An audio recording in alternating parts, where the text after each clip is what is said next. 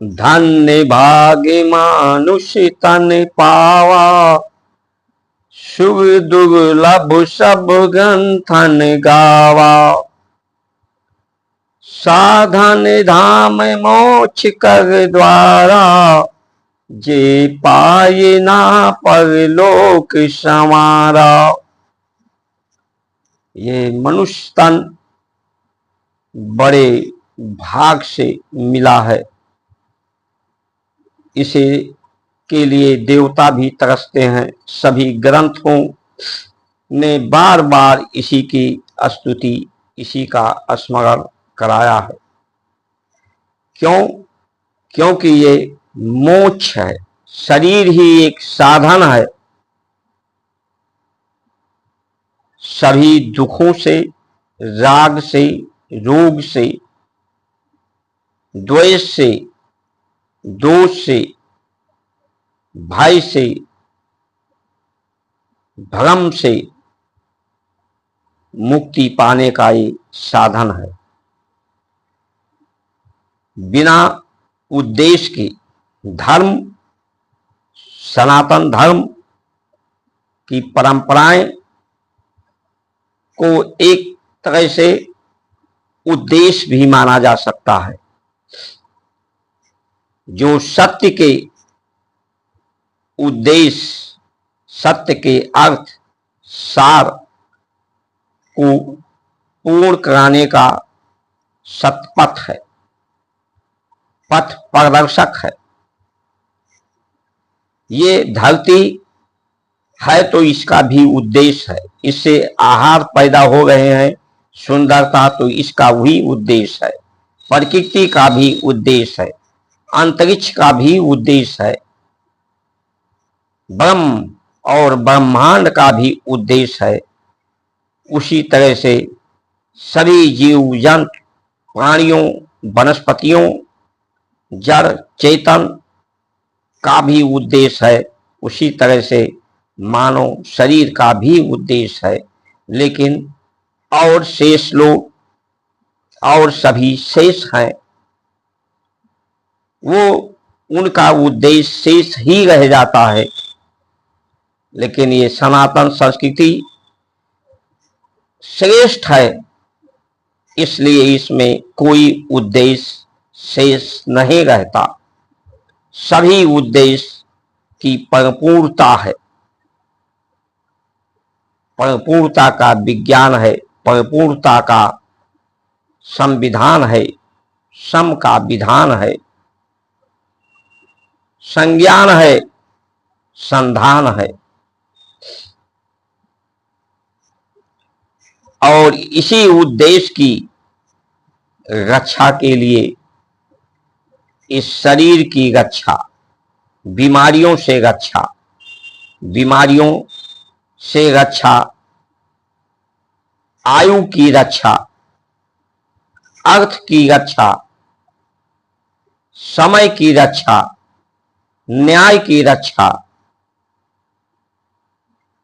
परिवार की रक्षा, समाज की रक्षा, देश की रक्षा, विश्व की रक्षा, पूरे जगत की सुरक्षा, इस उद्देश्य के अर्थ प्राप्त करने के लिए सुरक्षा की आवश्यकता है कि मनुष्य सभी अनुभवों को, पूर्ण अनुभवों को प्राप्त करने के लिए पूर्ण अवसर, पूर्ण आयु से प्राप्त हो सके।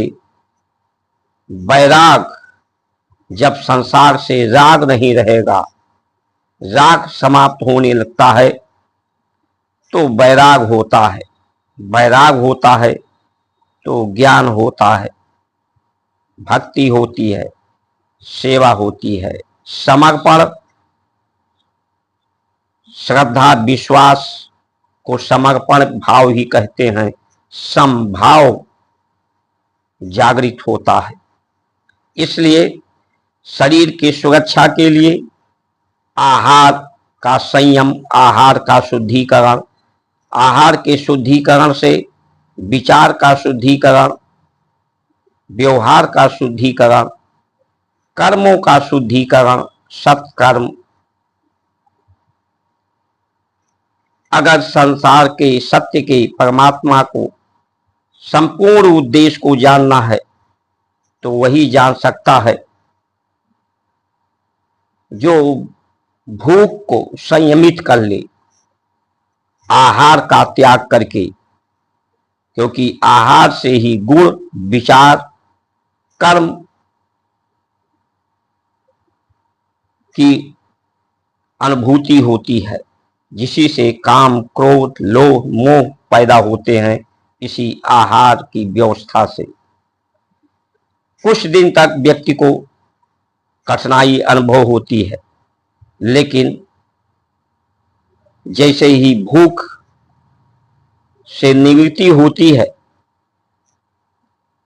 उसी तरह से प्राण की गति शांति होने लगती है, धीमे होने लगती है। और जब प्राण की गति धीमे होती है तो शरीर में अग्नि भी शांत होने लगती है। अग्नि शांत होने लगती है तो उसे प्यास भी लगना बंद हो जाता है। फिर भूख प्यास उसे कुछ भी नहीं लगता। ऊर्जा को अपने रोम छिद्रों से, बालों से स्वतः उसे वो ऊर्जा वो प्राप्त हो जाती है जो आहार से प्राप्त होती थी। उससे कहीं अधिक असीम ऊर्जा को प्राप्त करके शांति और संपूर्ण उद्देश्य को जान लेता है, समझ लेता है। मगरासन की अवस्था वो प्राप्त करके, क्योंकि मृत्यु के समय भी शरीर में प्राण की गति नहीं होती, शरीर के इंद्रियों के सभी कर्म बंद हो जाते हैं। तो ये समाधि के अवस्था में शरीर के इंद्रियों, मन, बुद्धि, चित्त के सभी कर्म, गुण, विचार, प्रभाव समाप्त होते हैं। सत्य का परिणाम ही उपस्थित होता है। लेकिन संस्कार ये कहता है कि अपने आहार पे संयम रखिए, वाणी, आहार में संयम रख करके वाणी पे संयम, कम से कम बोलिए। बॉडी लैंग्वेज का प्रयोग यानी सांकेतिक भाषा का प्रयोग करें। जितना अधिक बोलेंगे उतनी अधिक ऊर्जा खर्च होगी। ऊर्जा खर्च होगी तो ऊर्जा को प्राप्त करने के लिए बार बार आहार लेना पड़ेगा, जिसे पचाने के लिए शरीर में प्राण की गति तेज चलेगी, गर्मी बढ़ेगी, रक्त की गति तेज होगी, रक्त ऑक्सीकृत नहीं हो पाएगा, ऑक्सीजन को सोख नहीं पाएगा, रक्त में दोष आ जाएगा। तो अर्थ की सुरक्षा, पैसे की बचत, संसार के अर्थ की बचत, इसका कम से कम प्रयोग करके संसार के अर्थ का, प्रकृति का बचत, और इसी से ही शरीर की भी बचत, संसार की बचत ही सुरक्षा है। लेकिन ये समय, ये कलयुग है, समय बलवान होता है। समय किसी का अच्छा बुरा हो सकता है, व्यक्ति नहीं होता है।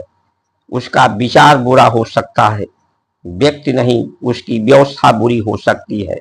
तो ये कलयुग का समय, ये समय के बुढ़ापे के समय है, ये वैराग का समय है। आज की व्यवस्थाओं से लोगों को वैराग हो रहा है, राग खत्म हो रहा है, क्योंकि दुख बढ़ रहा है। दुख बढ़ता है तो वैराग होता है, दुख वैराग के लिए ही है। तो आज की जितनी भी व्यवस्थाएं हैं 2044 तक सभी व्यवस्थाएं बदल जाएंगी। पूरे विश्व में एक ही धर्म होगा, एक ही भाषा होगी, एक ही वेशभूषा होगा, एक ही उद्देश्य की प्राप्ति का लक्ष्य होगा। जय श्री राम।